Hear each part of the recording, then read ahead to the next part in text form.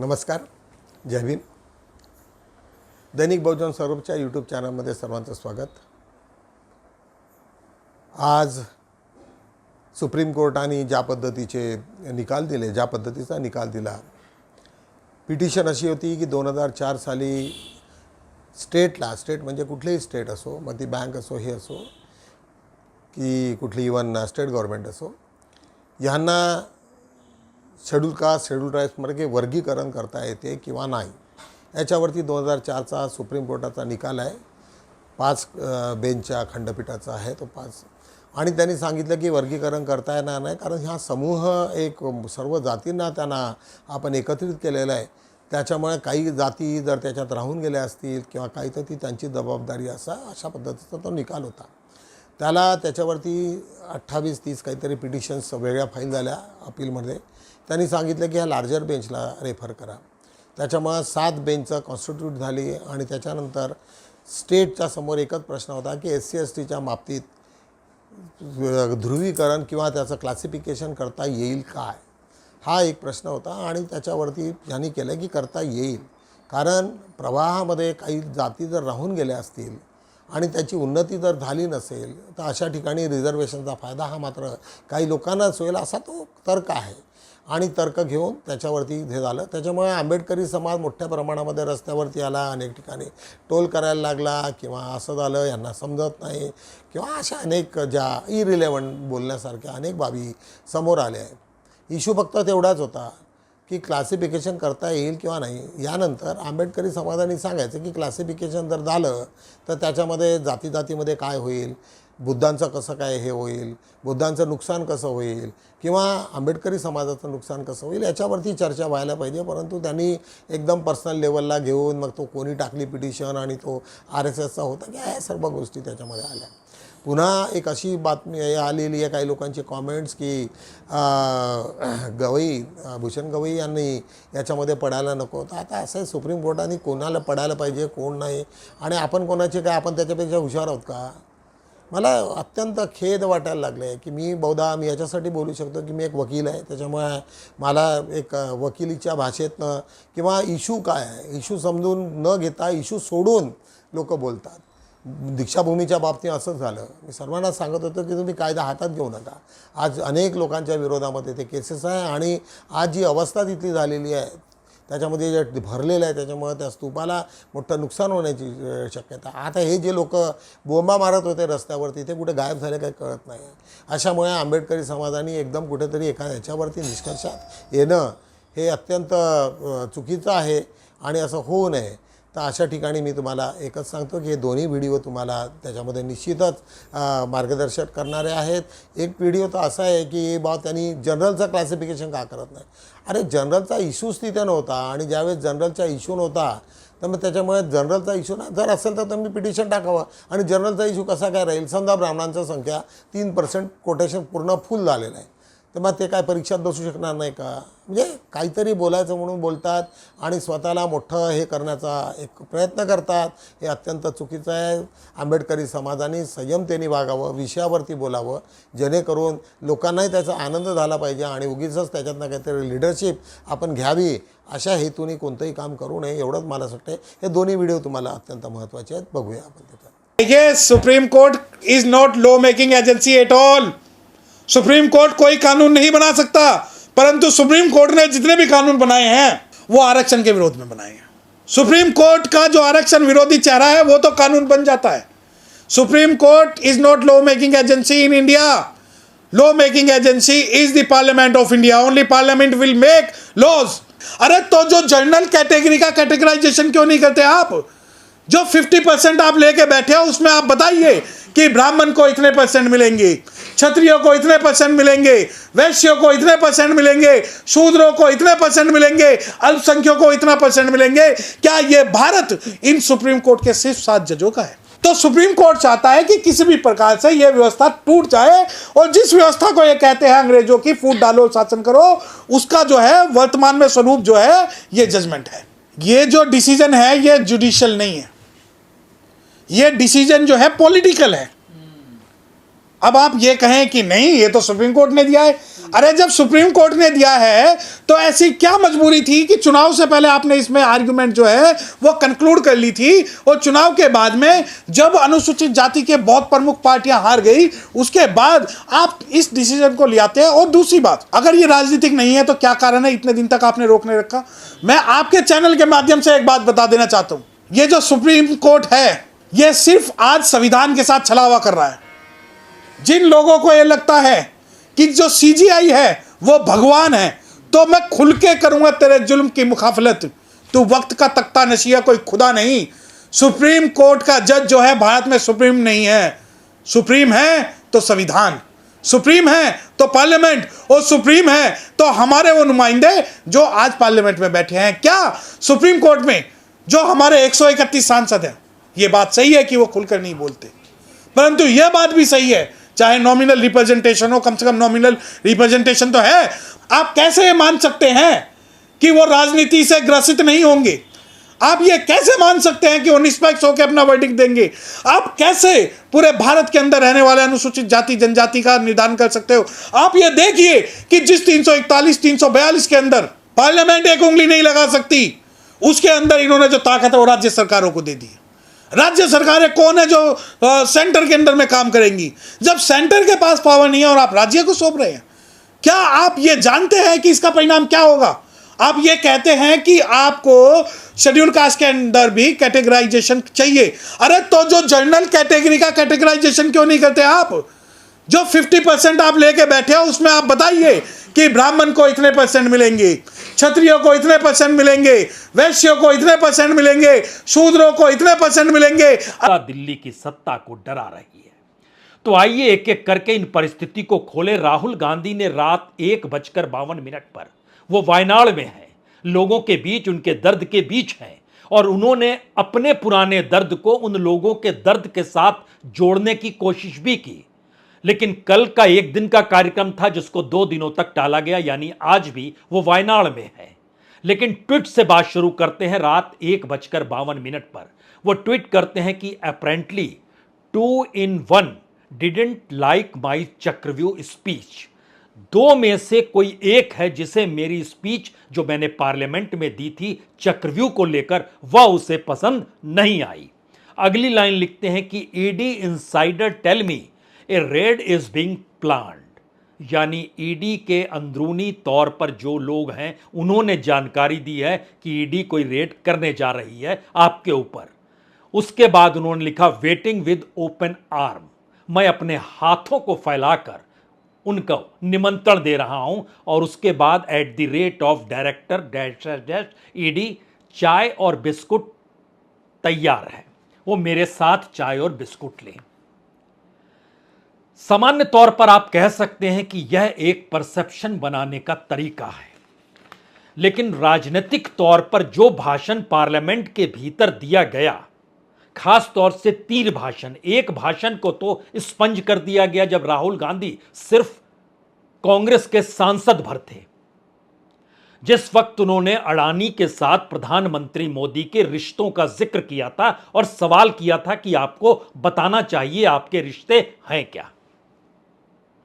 उस भाषण को स्पंज कर दिया गया, यानी हटा दिया गया। लेकिन जब ये सांसद से होते हुए विपक्ष के नेता के तौर पर आकर खड़े हो गए और उसमें पहले भाषण में इन्होंने बीजेपी के उस हिंदुत्व पर चोट करते हुए सामने बैठे प्रधानमंत्री को चुनौती दे डाली कि बीजेपी और आपका हिंदुत्व दरअसल इस देश के हिंदुत्व के उस कल्चरल एस्पेक्ट के साथ नहीं जुड़ा है जिसको आप मानते बनाते हैं और लोगों के सामने परोसते हैं। यानी खुली चुनौती उस राजनीतिक जमीन को दे डाली जिस पर बीजेपी और संघ परिवार खड़ा है। और तीसरे भाषण में जिस चक्रव्यूह की रचना, जिसका जिक्र इस ट्वीट में राहुल गांधी ने किया है, उस चक्रव्यूह में उन्होंने जिन लोगों को रखा उसका एक मैसेज बहुत साफ है। National security adviser Ajit Doval की पहचान प्रधानमंत्री मोदी के लिए हर उस चक्रव्यूह को बनाने के लिए होती है जिसका जिक्र राहुल गांधी कर रहे थे, और देश विदेश में भी उनकी पहुंच पकड़ जिस लिहाज से है और जो भी रिश्ते इस दौर में दुनिया के दूसरे देशों के साथ बनते चले जा रहे हैं या टूटते चले जा रहे हैं या तनाव हो रहा है या उनकी यात्रा हाल के दिनों में रशिया में हो गई जब वहां नाटो की बैठक हो रही थी, इन तमाम परिस्थितियों के पीछे माना जाता है कि national security adviser Ajit Doval की मौजूदगी है। लेकिन उससे कहीं ज्यादा महत्वपूर्ण यह है कि इस चक्रव्यूह के भीतर के 6 लोगों में जो जिक्र किया गया उसमें अंबानीज और अडानीज भी हैं, जिनका बिजनेस धंधा। कोर्ट के फैसले पर उत्तर के राज्यों और दक्षिण के राज्यों में अलग अलग प्रतिक्रियाएं हैं। यही नहीं, एनडीए का सबसे बड़ा घटक दल टीडीपी इसका स्वागत कर रहा है, तो एक अन्य घटक दल लोजपा इसके विरोध में है। वही हाल इंडिया गठबंधन का है। तेजस्वी यादव खुलकर विरोध कर रहे हैं तो डीएमके स्वागत कर रही है। कांग्रेस और बीजेपी राष्ट्रीय स्तर पर चुप है। कुछ नेता निजी तौर पर अपनी बात जरूर रख रहे हैं, लेकिन बीजेपी क्यों चुप है? मोदी सरकार के कानून मंत्री के ट्विटर पर इस बारे में कुछ भी नहीं। बीजेपी को पता होना चाहिए कि अनुसूचित जाति के वर्गीकरण की बात प्रधानमंत्री मोदी करते रहे हैं। वर्गीकरण उनका अपना सपना रहा है। इतनी प्रमुखता से चुनाव में किसी नेता ने आरक्षण के वर्गीकरण की बात नहीं कही होगी। प्रधानमंत्री मोदी का सपना और वादा पूरा हो गया, फिर भी बीजेपी जश्न नहीं मना रही। प्रधानमंत्री मोदी ने पिछले साल तेलंगाना विधानसभा चुनावों की एक रैली में इसका समर्थन किया था। समर्थन ही नहीं बल्कि कहा था कि वर्गीकरण के लिए एक कमेटी बनाएंगे। कोर्ट के फैसले से अब प्रधानमंत्री मोदी को समिति बनाने की जरूरत नहीं पड़ेगी, बस लागू करना होगा। लेकिन प्रधानमंत्री ने ही इस फैसले पर कुछ क्यों नहीं कहा? बीजेपी क्यों चुप रह गई? जीत का जश्न बीजेपी के मुख्यालयों में दिखाई नहीं दे रहा।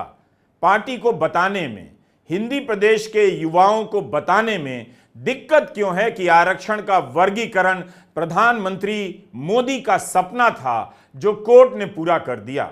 बीजेपी कह सकती है कि इसमें कोर्ट का रोल है, सरकार का रोल नहीं है, लेकिन यह बात पूरी तरह से सच नहीं है। प्रधानमंत्री मोदी भी इसकी वकालत करते रहे हैं, वर्गीकरण के पक्षधर रहे हैं। पिछले साल सिकंदराबाद की एक चुनावी सभा में प्रधानमंत्री मोदी ने मादिगा समुदाय की 3 दशक से चली आ रही अनुसूचित जाति में उप वर्गीकरण की मांग को समर्थन दिया था। मादिगा समुदाय तेलंगाना का सबसे अधिक जनसंख्या वाला अनुसूचित जाति समुदाय है और उसका आरोप रहा है कि एससी आरक्षण में उसका जायज हिस्सा माला समुदाय के लोग लेते रहे हैं। सभी को पता है कि तेलंगाना की 2 दलित जातियां माला और मादिगा समुदाय में इस बात को लेकर तनाव रहता है।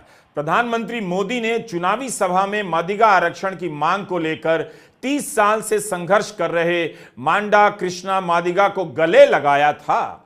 नेहमीप्रमाणे बुद्ध या सिरियलमधनं एक छोटीशी क्लिप तुम्हाला दाखवू, 3-4 मिनिटाची आहे। तुम्हाला माहिती आहे की बिंबिसार हा बुद्धांच्या याच्यात इतके प्रभावित झाले होते आणि त्यांनी बुद्धत्व प्राप्त म्हणजे बुद्धाचे अनुयायी झाले होते। मधल्या पिरियडमध्ये त्यांनी तुम्हाला कालच्या व्हिडिओमध्ये दाखवलेले आहे की त्याच्या आपल्या एका सैनिकाकडून ते कट्यार घेतात आणि ते म्हणतात की बाबा माझा पुत्र याच्यामध्ये कमीत कमी त्याच्यावरती कुठलं तरी हे लागू नये, लांछन लागू नये म्हणून ते स्वतःच्या हाताने त्याचा खून करून घेतात। अजातशत्रू जेव्हा आपल्या आईकडे जातो आणि म्हणतो की तू माझा आदेश असतानाही तू आपल्या म्हणजे बिंबिसार म्हणजे तुझ्या नवऱ्याला तू खाऊ पिऊ घातलं, जेवण केलं, त्याच्यावरती खूप चिडते, तू काय करू शकतो, तू माझा जीव घेऊ शकतो, घे आता, परंतु मी जोपर्यंत जिवंत आहे तोपर्यंत मी माझ्या पतीला मी निश्चितच जेवण देईल। आणि एवढ्याच्यात मग तो गप्पेसोट करतो, सांगतोय की अजातशत्रू की त्यांनी काल रात्री अशा पद्धतीने आपली हत्या केली आणि अशा पद्धतीचं ते आहे। अत्यंत मार्मिक आणि हे आहे। बिंबिसार पुन्हा त्याच्या आधी याच्यामध्ये एका एपिसोडमध्ये आहे म्हणतोय की मी तुझ्यावरती फार अत्याचार केलेले आहे, मी अनेक स्त्रियांसोबत संबंध ठेवले, परंतु तरी तू माझ्यासाठी एवढा जीव द्यायला तयार आहेस। तर ती बात एकदम ती म्हणते नाही मी तुमची पत्नी आहे, त्याच्यामुळे माझं हे पत्नी धर्म आहे। दुसरीकडे आपला आम्रपाली त्यांची बिंबिसारची पत्नी असते, पत्नी नसते ती त्याची केप्टच असते, म्हणजे पत्नीच म्हणताय, ती त्याला पत्नीचा दर्जा देत असते. आणि अशा ह्या स्थितीमध्ये तिला ते वैशालीला पाठवून देतात बिंबिसार. आणि तिला ज्यावेळेस कळते त्यावेळेस ती बुद्धाकडे रडत येते की मी आता याच्यातून काय करू, मी आता ज्यांनी मला कमीत कमी एक पत्नीचा दर्जा दिला होता बिंबिसारने, तोही आता माझ्या डोक्यावर हरवून गेला, मी आता काय करू. तर म्हणाले की तू आता जे पास्टमध्ये गेलं ते सोडून दे.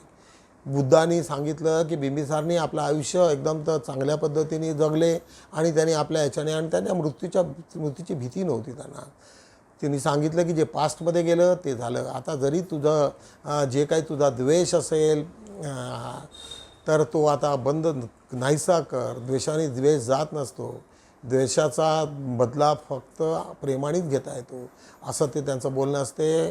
ती शांत होते आम्रपाली आणि त्याच्यानंतर ते होते. म्हणजे सांगायचं एवढंच की द्वेषाने द्वेष आता ज्या पद्धतीने आपल्या पूर्ण भारतामध्ये पॉलिटिकली रायव्हलरीज आणि एका दुसऱ्याचा जो द्वेष आहे, त्या द्वेषाने द्वेष अजून वाढत जाईल. आता ईडी येईल, उद्या अजून काहीतरी होईल, पुन्हा हे त्याच्यावरती काहीतरी करतील, काही लोकांना जेलमध्ये टाकतील. पण आज न उद्या तर ते बाहेर येणारच ना, सर्वच येतील. आणि त्याच्यामुळं हेच कालचक्र तसंच फिरत असते. त्याच्यामुळे तुम्हाला सर्व लोकांना लक्षात असलं पाहिजे. आणि हा आम्रपालीचा आणि याच्यातला बिंबिसारचा व्हिडिओ हा छोटासा आहे, निश्चितच तुम्हाला आवडेल. बघूया आपण. महाराज को भोजन दिया, दूंगी, हर बार भोजन दूंगी उन्हें और हर बार अवहेलना करूंगी. क्या करोगे? हत्या करोगे तो कर दो. देखो मेरी आंखों में, तुम जब मेरी कोख में थे ना, मुझे तुम्हारे पिता का रक्त पीने की इच्छा हुई. उन्होंने एक क्षण के लिए भी नहीं सोचा, तुरंत अपनी हथेली काट दी और मेरे रक्त पीने की इच्छा को पूरा किया. उसी पल हमारे ज्योतिषी ने भविष्यवाणी की, ये होने वाला शिशु अपने ही पिता का वध कर देगा. मुझे ये बात पता चली, मैंने तुम्हें गिराने की बहुत कोशिश की, लेकिन वो तुम्हारे पिता ही थे जिन्होंने मुझे रोक दिया. जब तुम्हारा जन्म हुआ ना, मैंने तुम्हें मारने की बहुत कोशिशें की, लेकिन ये जानते हुए कि तुम ही उनका वध करने वाले हो, उन्होंने तुम्हें बचा लिया, तुम्हें पाला, तुम्हें पोसा, इतना बड़ा किया. और तुमने सिंहासन की वासना के लिए उन्हें अपने राज्य में ही बंदी बना लिया. निर्मम अत्याचार कर रहे हो उन पर. लोग तो अपने मृत्यु प्राप्त पिता को पितृ तर्पण करते हैं, लेकिन एक मेरी निर्लज संतान जिसने अपने ही पिता को जीते जी मार दिया. दूंगी, हर दिन उन्हें भोजन अवश्य दूंगी. जो कर सकते हो कर लो. माँ, कदाचित तुम्हारे भाग्य में भी और जीना लिखा है, या फिर मेरा भाग्य अधिक बलशाली है कि उसमें तुम्हारी हत्या नहीं लिखी. कल रात्रि महाराज ने स्वयं को कटार मार आत्महत्या कर ली.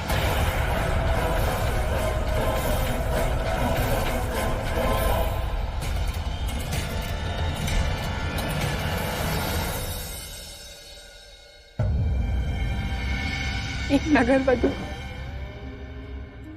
महाराज ने पत्नी का दर्जा दिया. हमारे पुत्र जीवक को पिता और उनकी अपनी संतान ने ही. महाराज बिंबिसार ने अपना जीवन सचेत अवस्था में जिया. जो भी मनुष्य अपने जीवन को ध्यान पूर्वक जीता है, उसे मृत्यु का भय नहीं होता. आम्रपाली, नहीं था भय महाराज का, पर मेरे हृदय में अजात शत्रु के लिए जो घृणा भरी हुई है. घृणा से घृणा मिटाई नहीं जा सकती. घृणा प्रेम से मिटती है, और यही प्रकृति का अटल सिद्धांत है. तो मुझे मार्ग दिखाइए बुद्ध. जो समय बीत गया उसमें मत उलझे रहो, और ना ही आने वाले समय के स्वप्नों को देखो. इसी क्षण में स्वयं को केंद्रित करो. जो असहनीय वेदना है तुम्हें, उससे मुक्ति मिलेगी। आरंभ हो गई निर्वाण प्रथा, सुनो सुनो ये बुद्ध कथा।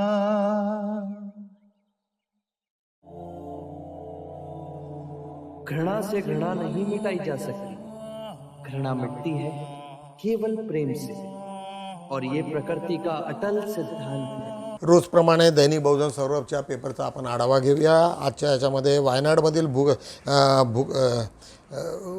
लँडस्लायडिंगमध्ये भूस्खलन ग्रस्तासाठी राहुल गांधीची घोषणा। त्यांनी सांगितलं की अनेक लोकांचे ते घरं बांधून देणार आहेत। त्याच्यामुळं त्यांनी लोकांना सांगितलं की तुम्हाला जे काही झालेलं आहे आणि जे काही तुम्हाला अजून जास्तीत जास्त प्रमाणामध्ये जे काही तुम्हाला मदत करता येईल ते निश्चितच करेल। त्याच्यामुळे राहुल गांधीची घोषणा सर्वांना आवडली आणि निश्चितच ती करायला पाहिजे, कारण त्यांचंच ते एक क्षेत्र आहे सध्या तरी आहे। जोपर्यंत आता तिथे बाई इलेक्शन पुन्हा होत नाही तोपर्यंत सध्या ते त्यांची जबाबदारी होते। आंध्र बिहारच्या अर्थसंकल्पीय निधी वाटपावरून वाद, जो काही पैसा बिहार आणि आंध्राला जो देण्यात आलेला आहे तो निश्चितच त्याच्यामध्ये मोठ्या प्रमाणात वाद निर्माण झालेला आहे आणि त्याच्यामुळे पुढे काय होईल ते बघूया आपण। निवडणूक रोखे प्रकरणी SIT चौकशी होणार नाही। सर्वोच्च न्यायालयाचं म्हणणं आहे की जे इलेक्ट्रोल बॉन्डमध्ये ज्या मोठ्या प्रमाणामध्ये टाकलं त्याच्यामध्ये SIT बसणार नाही। त्याच्यामध्ये एक वेगळं काहीतरी त्यांना करण्याची सुप्रीम कोर्टाची आहे, त्याच्यावरती स्टे आलेला आहे। पॅरिस ऑलिम्पिकमध्ये भारतासाठी पदक जिंकण्यासाठी मोठी घोषणा। जे लोक भारतासाठी पदक जिंकतील त्यांच्यासाठी एक मोठी घोषणा। आतापर्यंत जे 3 पदकं मिळालेले आहेत, कांस्य पदक जरी असले तरी भारतासाठी मोठा एक हे आहे, एक चांगली बाब आहे। कॅनडामध्ये स्थलांतरी विरोधी भावना वाढल्या। कॅनडामध्ये जी परिस्थिती इतकी चांगली आहे की अनेक लोक कॅनडामध्ये तिथे राहण्यासाठी लोक उत्सुक आहेत, तिथे मोठ्या प्रमाणामध्ये लोक तिथे जात आहेत। आज बघूया समलिंगी ट्रान्सजेंडर व सेक्स वर्कर्स रक्तदान करू शकतात, कारण सेक्स हा ऑल टुगेदर डिफरंट आहे किंवा ट्रान्सजेंडरही हा वेगळा विषय आहे, पण रक्ताच्या याच्यामध्ये त्यांचे जेनेटिक असे कुठलेही हे नाही आहे। त्याच्यामुळे जेनेटिक काहीतरी ट्रान्सफर होण्याची अशी काही भीती नाही, त्याच्यामुळे ते करू शकतात अशी बातमी दिल्लीची आहे। भारतीय 80 कोटी जनता गरिबीच्या बाहेर आहेत असं सरकारचं म्हणणं आहे। आता किती खरं आहे आणि जर गरिबीच्या बाहेर आहेत तर मग एवढे लोक 70-80 करोड लोकांना धान्य देण्याची गरज नाही, अशा पद्धतीचा तो इश्यू येतो। गेल्या 10 ते 15 वर्षात 90% ऑफलाईन स्कूल सेंटर बंद। आनंद कुमार ते म्हणतात की अनेक ठिकाणी हे जे सेंटर सुरू होते, कोचिंग सेंटर होते, त्या लोकांना आता बंदी घालण्यात आलेली आहे। त्याच्यामुळे आता जो दिल्लीचं जे कांड झालं त्याच्यामुळे अनेक लोक बेसमेंटमध्ये पाणी टाकून 2 मुली मेल्या, त्याच्याबद्दलचं हे आता सर्व लोकांचं तिकडे जागृती झालेली आहे। दिल्लीच्या निवारागृहात 20 दिवसात 13 मुलांचा संशयास्पद मृत्यू। जे अपंग आणि जे असतात अशा ऑनलाईन जे इन्स्टिट्यूशन चालवत असतात त्याच्यामध्ये 20 दिवसामध्ये 13 मुलं मेल्याची बातमी आहे। त्याच्याच खाली औरंगाबाद उस्मानाबाद नंतर नामांतर याचिका सर्वोच्च न्यायालयाने फेटाळली। त्यांनी सांगितलं की स्टेटची डायरेक्शन्स आहेत, त्याला आम्ही हस्तक्षेप करणार नाही, जे काही करायचं आहे तुम्हाला स्टेट लेवलवरती करा, हायकोर्टामध्ये जा आणि सुप्रीम कोर्ट त्याच्यामध्ये एंटरटेन करणार नाही। औरंगाबाद आणि उस्मानाबादच्या बाबतीमध्ये असं घडलेलं आहे। चला आपला बहुजन सौरभ बलशाली करूया, सर्वांना अपील दैनिक बहुजन सौरभने की आपल्या पेपरला आपल्याला बल द्यावं लागेल, आपल्याला त्याला जास्तीत जास्त मोठ्या प्रमाणामध्ये वाढवण्यासाठी।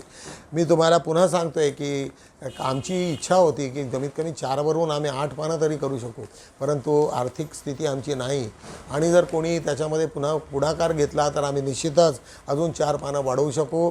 एक दुसरी माझी सूचना तुम्हा सर्व लोकांना अशी आहे की ज्या भागामध्ये अकोला अमरावती इथे छोटे छोटे जर कोणी असतील ते जर स्वतःच प्रिंटिंग करत असतील तिथे आणि तिथेच प्रिंटिंग करून जरा 1000 असतील 500 असतील तरी त्यांनी प्रिंट करून तिथल्या तिथेच हे करायचं। त्याच्यासाठी आमचा एक माणूस इथे रिक्रूट करू आम्ही नागपूरला, तो तुमची PDF तुम्हाला 10 वाजेपर्यंत पाठवेल, तो प्रेसला पाठवेल। प्रेसपासून आलेले जे काही 500 1000 जे काही पेपर्स असतील ते तुम्हाला डिस्ट्रीब्युशनचं काम करावं लागेल, मग ते कोल्हापूर असो सातारा असो सांगली असो, त्याचं हेडक्वार्टर माझं आमचं हे राहील। बहुधा आज सध्याच्या 4 पानं आहेत, त्याच्यातनं एक ज्या कोणाला पाहिजे असेल तर तो तिथला पेपर तो चालवू शकतो। आम्ही त्याच्यासाठी स्पेशल कौशल्य हे करू, एक माणूस इथे रिक्रूट करू आणि तो त्याचं पान बनवेल. अशा रीतीने माझा असा हे आहे वाटते की आपण संपूर्ण महाराष्ट्रभर आपला पेपर गेला पाहिजे. कमीत कमी तुम्ही लोकांनी तिथे एक मीटिंग घ्या, दैनिक बहुजन सौरभचे ऑफिस उघडा तिथे आणि तिथूनच आपण डिस्ट्रीब्युशनचं चॅनल लावा. तुम्हाला पूर्ण सेटअप करण्याची गरज नाही, पूर्ण पेपर्स आमचाच राहील.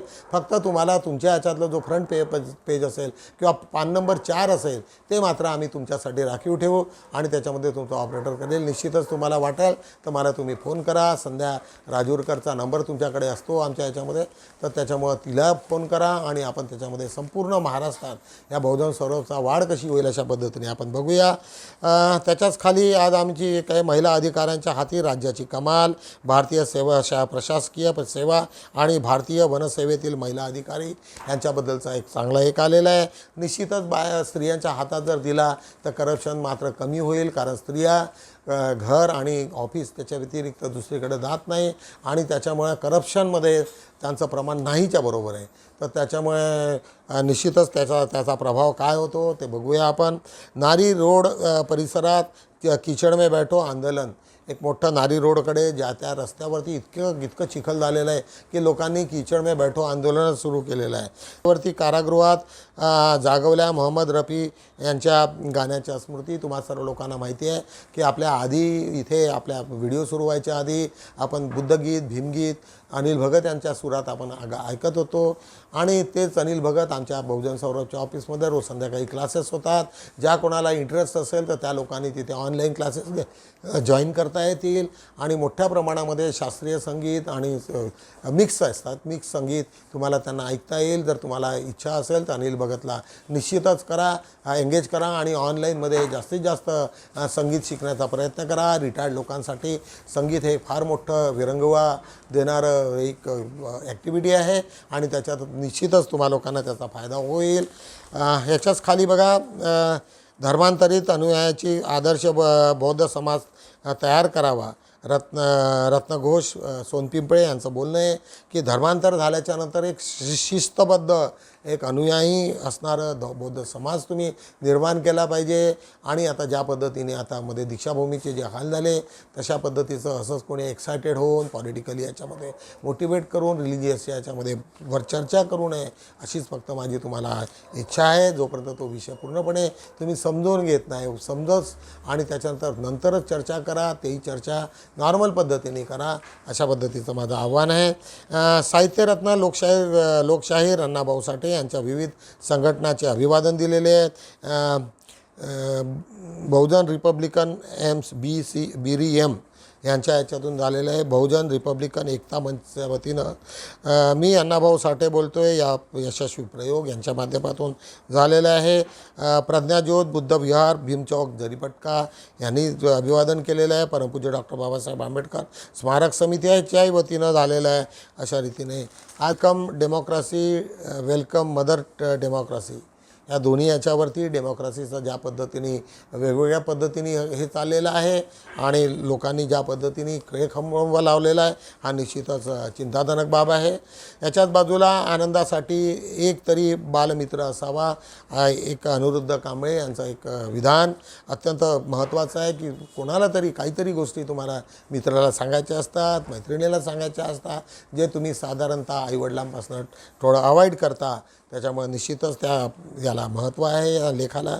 सहकारी कर्मचाऱ्यांचे खाजगीकरण याच्यावरती श्रीराम बनसोडे लिहितात की अनेक ठिकाणी कर्मचाऱ्याचे राजकीयकरण चाललेलं आहे.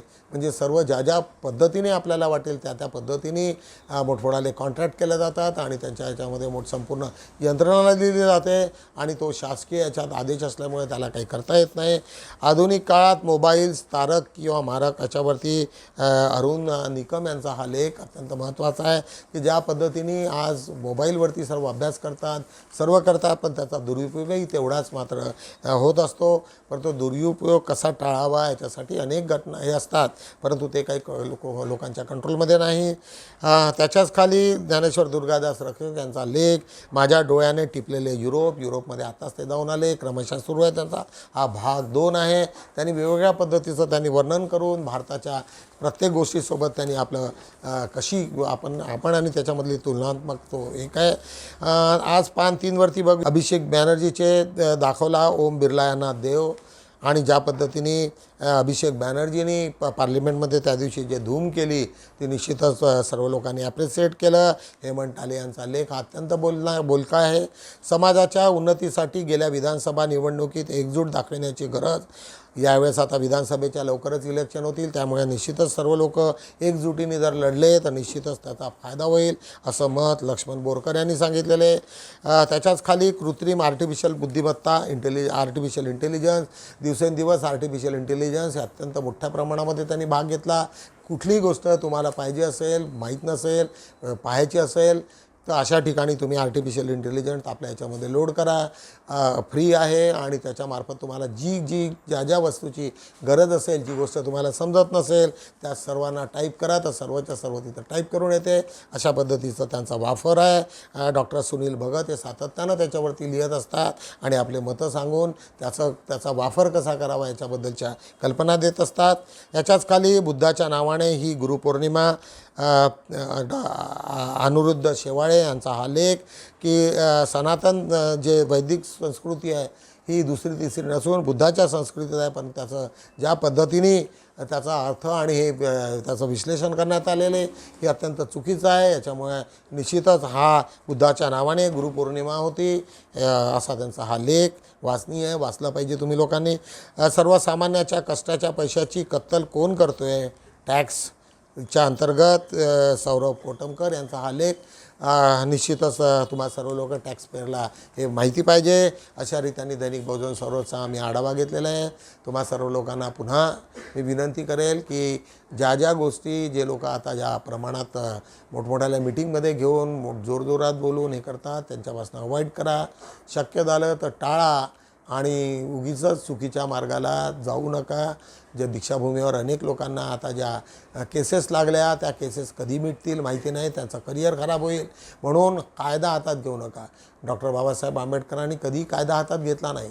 त्याच्यामुळे तुम्ही त्यांची कमीत कमी एवढी आम्हाला सांगणं आहे की कोणाला शिव्या देणं, कोणाचं हे करणं आणि एखाद्या जजेसच्या विरुद्ध उलटंसिलटं बोलणं जेव्हा की आपलं नॉलेज नाही हे टाळा.